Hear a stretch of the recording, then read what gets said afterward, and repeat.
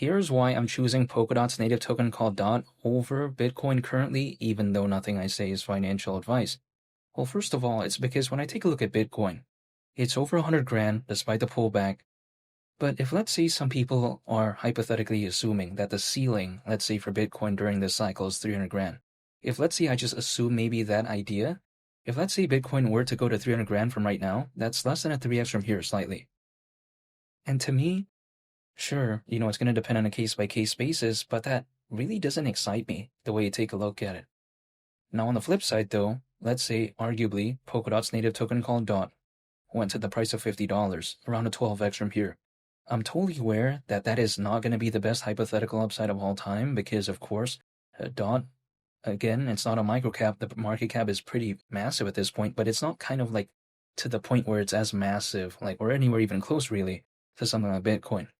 So I think Polkadot, or should I say DOT, its native token, kind of fits this criteria that I'm looking for. Not such a, microcap project, but then not something too massive either. However, even besides that, DOT at the price of $50, considering current circulating supply at that point, market cap would be around 80 billion. Now, to me, it doesn't seem like that ridiculous maybe because we even saw like Dogecoin years ago back in 2021 reach a market cap of over 80 billion, and again, that was years ago. During the peak of that bull run, there was around 300 million crypto owners. Supposedly, we have over 600 million right now. So to me, it doesn't seem like too outlandish of a market cap, but again, this is just my point of view. And also, I actually think that arguably Polkadot could somewhat help Bitcoin. And I'm not saying this as kind of just, because I'm a fan of Polkadot, but arguably, I think maybe that is the case. Polkadot is focused on connecting blockchains together. It's focused on something called interoperability.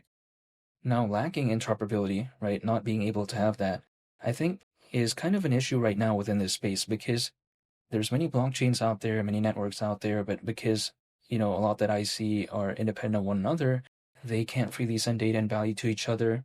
As a result, if that is the case, they do lack interoperability. Now, people may be thinking, okay, what's a very famous example of this?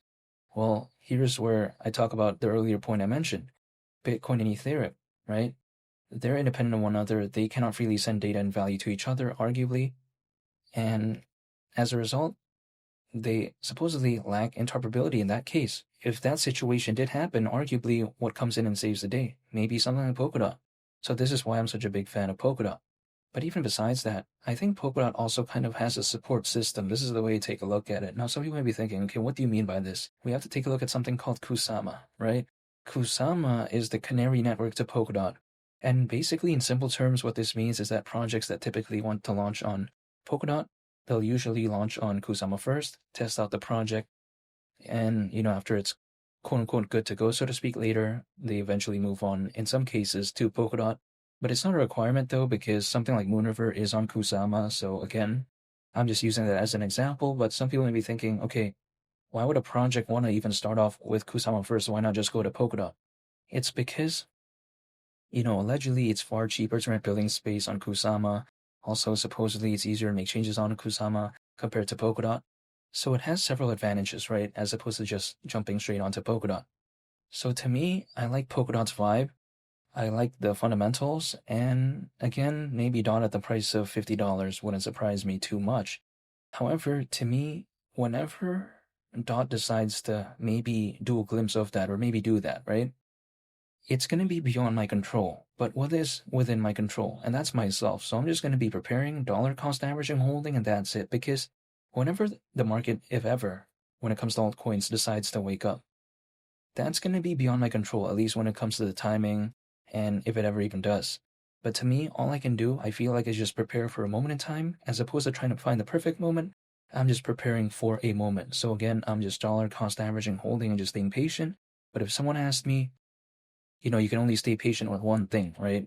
And I only had two choices, DOT or Bitcoin. I'm going to have to say DOT in this case, but again, this is just my perspective. And feel free to subscribe if you enjoyed this video. I greatly appreciate it. It's Willie the Captain. I'll catch y'all on the next one. I'm out. Peace. Bye.